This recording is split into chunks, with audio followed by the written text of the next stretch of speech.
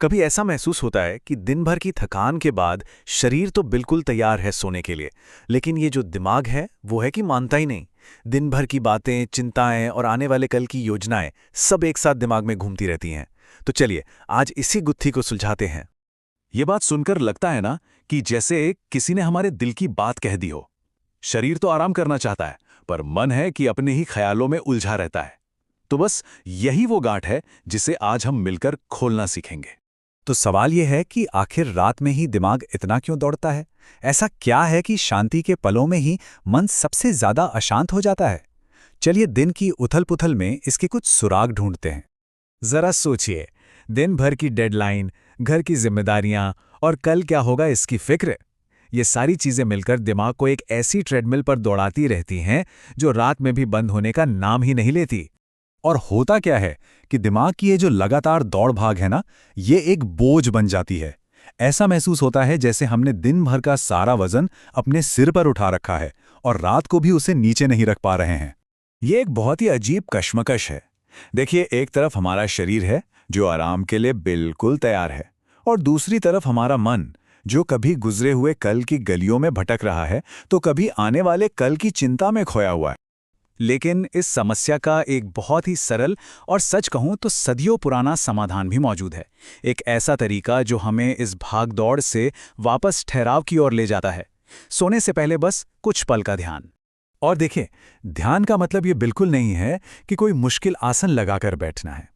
इसका मतलब बस इतना सा है कि हम बाहरी दुनिया का वॉल्यूम थोड़ा कम करें और अपने अंदर की आवाज सुनें। ये बिल्कुल अपनी ही शांति से मुलाकात करने जैसा है। ये कितनी गहरी बात है।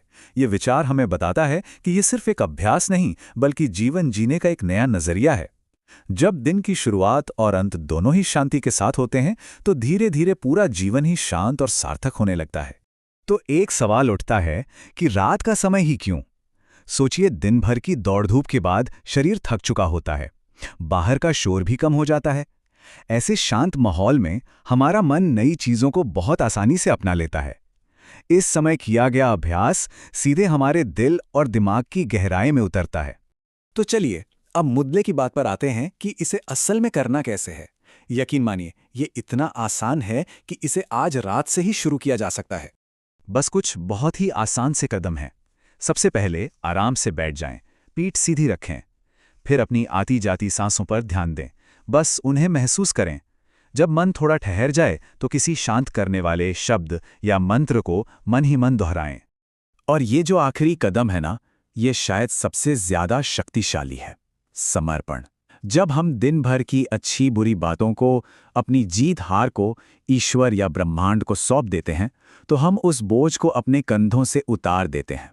ये भाव कि मैंने अपनी पूरी कोशिश की, अब बाकी सब आपके हाथ में है, ये मन को पंख की तरह हल्का कर देता है।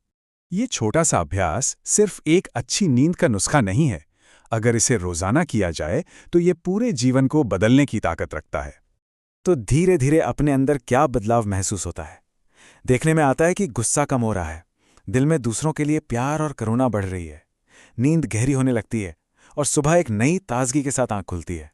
असल में ध्यान बाहर की दुनिया से भीतर की ओर एक यात्रा है। ये अपने अंदर उस शांति और रोशनी को खोजने जैसा है जो हमेशा से वहां थी, बस दिन भर के शोर में कहीं छिप गई थी। और सबसे अच्छी बात जानते हैं क्या है? इसके लिए घंटों की जरूरत नहीं है, रोज सिर्फ 10 मिनट।